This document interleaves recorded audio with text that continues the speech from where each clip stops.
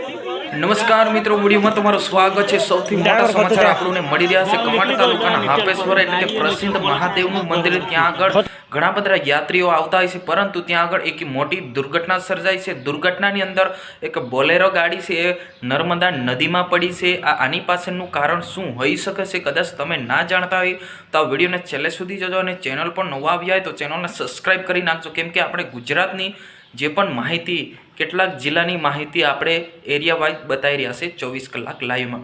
તો મિત્રો, ચેનલને સબસ્ક્રાઈબ કરીને વોટ્સઅપ ગ્રુપમાં શેર કરી દેજો। એ તો આપણે વાત કરી લઈએ છોટાઉદેપુર જિલ્લાના કવાંટ તાલુકા પ્રસિદ્ધ એટલે કે મહાદેવનું મંદિર છે એ અમુક ટાઈમે છે ડૂબી જાય છે, અમુક ટાઈમે દેખાય છે। ત્યાં આગળ શ્રદ્ધાળુઓ એટલે કે યાત્રીઓ ત્યાં ઘણા બધા આવતા હોય છે, પરંતુ જે યાત્રીઓનું જે ગાડી છે એ નર્મદા નદીમાં પડી છે।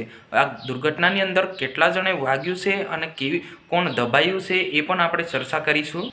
મિત્રો, સારું થયું કે બધા જ લોકો બચી ગયા છે। વાત પ્રાપ્ત મુજબ આપણને સમાચાર મળી રહ્યા છે કે જે બોલેરો ગાડી છે ઊભી રાખીને બધા જ લોકો જે દર્શન કરવા માટે દર્શનયાત ગયા હતા ત્યારે આ જે ઘટના બની હતી, અને જે ડ્રાઈવર છે એ ત્યાં મૂકી હતી ત્યારે અચાનક જે ગાડી હતી એ ગબડી અને ડાયરેક્ટ નર્મદા નદીમાં, જેમ કે તમે સ્ક્રીનમાં જોઈએ, નર્મદા નદીમાં પડી। અને તાત્કાલિક સ્થાનિક લોકોને ખબર પડતા આ જે બોલેરો ગાડી છે મેં બહાર કાઢવા માટે બધા લોકો આવ્યા હતા, પરંતુ એમને નીકળે એમ નથી। અને બોલેરો ગાડી છે એમને ક્રેન એટલે કે ક્રેન મદદથી કાઢી શકે અથવા કે જીસીબી મદદથી જ આ ગાડી નીકળી શકે એમ છે। જી હા મિત્રો, મોટી દુર્ઘટના કહી શકાય છે કે ભાઈ આવી ઘટના કદાચ માણસો હોત તો માણસો જોડે શું થયું હોત, કેમ કે બધા લોકોને તરતા ના આવડતું હોય મિત્રો, 75 લોકોમાંથી 10 જણને આવડતું હોય, બાકીના લોકોને ના આવડતું હોય, તો આવી ઘટના બને તો બધા લોકો ડૂબી શકે છે। મોટી દુર્ઘટના બનતા આવી બચી ગયા છે, જે કે ગાડી એકલા જ ડૂબી છે અને લોકો એક પણ નહોતા, અને શ્રદ્ધાળુ છે, યાત્રીઓ છે એ